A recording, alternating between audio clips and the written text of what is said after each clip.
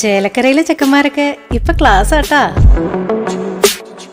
അതിനൂതന hi tech സാങ്കേതിക വിദ്യകളോടെ വൻ നഗരങ്ങളെ പോലും വെല്ലുന്ന സൗകര്യങ്ങളുമായി നമ്മുടെ ചേലക്കരയിൽ Naturals beauty parlour, doctors tower, near bus stand, Chelakkara. Laddu കടം നൽകാത്തതിന് കട ഉടമയ്ക്ക് ക്രൂരമർദ്ദനം, കടയും തകർത്തു, 2 പേർ അറസ്റ്റിൽ. കട ഉടമയെ ക്രൂരമായി മർദ്ദിക്കുകയും കട തകർക്കുകയും ചെയ്തു. ചേലക്കര പോലീസ് 2 പേരെ അറസ്റ്റ് ചെയ്തു.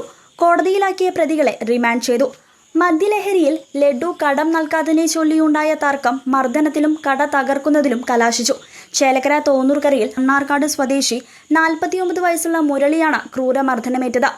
സംഭവത്തിൽ കടയുടെ സമീപത്ത് താമസിക്കുന്ന ചേലക്കര തോന്നൂർക്കര പടിഞ്ഞാറ്റുമുറി മനപ്പടിക്കൽ വീട്ടിൽ 46 വയസ്സുള്ള വിനു, കരളിക്കൽ വീട്ടിൽ 43 വയസ്സുള്ള സന്തോഷ് എന്നിവരെ ചേലക്കര പോലീസ് അറസ്റ്റ് ചെയ്തു. പ്രതികളെ കോടതിയിൽ ഹാജരാക്കി റിമാൻഡ് ചെയ്തു.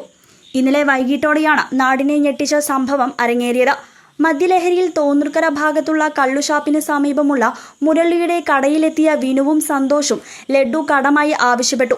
എന്നാൽ കടം നൽകാൻ മുരളി വിസമ്മതിച്ചതോടെ പ്രകോപിതരായ ഇരുവരും ചേർന്ന് അദ്ദേഹത്തെ അതിക്രൂരമായി മർദ്ദിക്കുകയായിരുന്നു.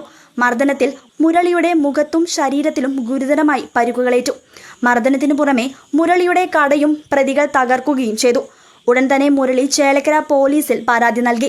ആശുപത്രിയിൽ ചികിത്സ തേടി പരാതിയുടെ അടിസ്ഥാനത്തിൽ കേസെടുത്ത പോലീസ് അതിവേഗം അന്വേഷണം നടത്തി പ്രതികളെ അറസ്റ്റ് ചെയ്യുകയായിരുന്നു. CCTV news, Chelakkara.